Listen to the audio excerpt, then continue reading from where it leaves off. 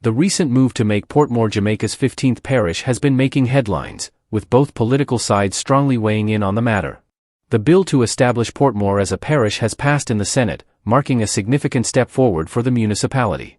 However, the process has stirred up quite a bit of controversy, leaving many wondering if this change will actually take effect before the upcoming general election.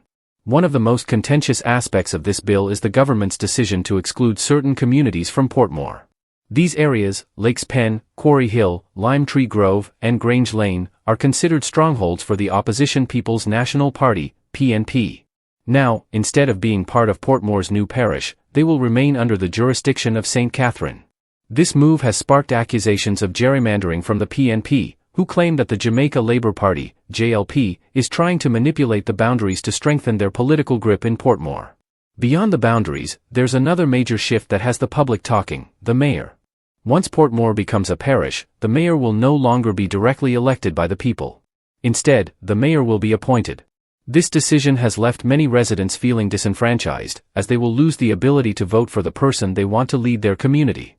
Critics argue that this change is another way for the JLP to maintain control over the area, further eroding local democracy.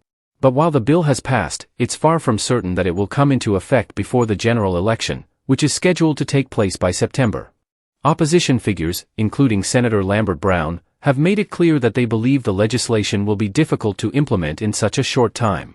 With infrastructure and logistical concerns still to be addressed, it seems unlikely that Portmore will be fully transitioned into a parish before the next election. Moreover, Brown has warned that if the PNP comes into power, they will repeal the bill. The opposition sees this move as politically motivated and is determined to undo it if they win the upcoming election.